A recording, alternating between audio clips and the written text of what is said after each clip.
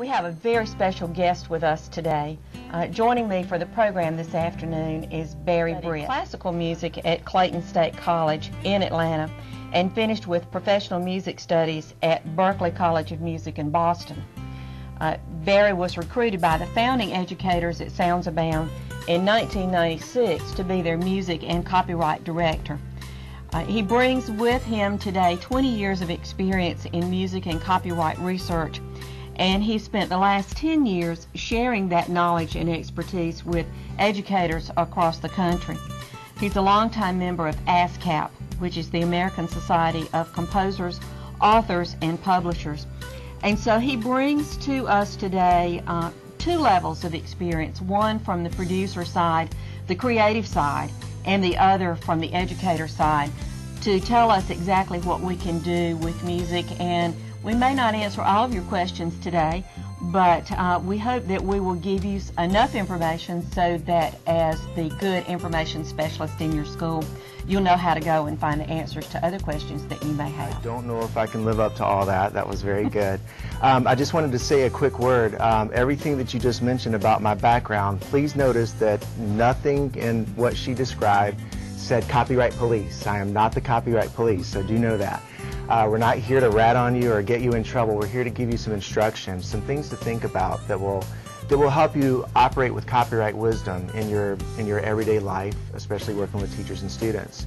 Notice also she did not put attorney in that list. We are not your attorney, nor do I want to be your attorney, trust me. Absolutely. So my instruction today comes to you with experience from the music side, from the ASCAP side. And you can bet that, you know, having joined the educators 10 years ago, they really brainwashed me well to think like an educator. And seeing it in a generation now where technology is moving way too fast to keep up with the laws. And it's funny because whenever I was brought on board years ago by Sounds Abound to handle the music side of the company. Just because you can do it doesn't necessarily make it right. Right. And it's up to us as educators to model the kind created an acronym. Think about these three things today as we go through this instruction. I want you to think about what falls under the legal category. Ethical.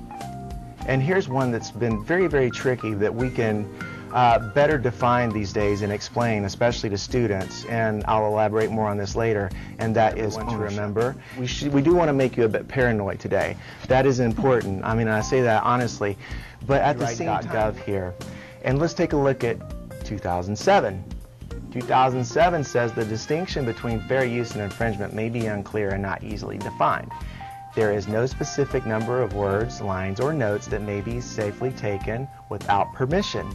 Acknowledging the source of the copyrighted material does not substitute for obtaining permission. Right. So a lot of complaints, especially from the educators, and they're going, oh, the RIAA, why are they coming after schools and educators and, you know, the big bad guys with billions of dollars? Why are they doing this? And what it is just like with Hollywood and movies, you know, what goes into... For a long time we had the idea that, oh, well, we're educators and schools are kind of exempt. Nobody's going to come after us kind of thing. Right. But the more that we make about the technology... We've read one portion of the Fair Use Guidelines. Just heard it. It's been hearsay. And that's why I like to quote this attorney, Michael Brown, who's a New York copyright attorney. If you're having.com, we have a copyright section on our site. I encourage you to go and explore these links.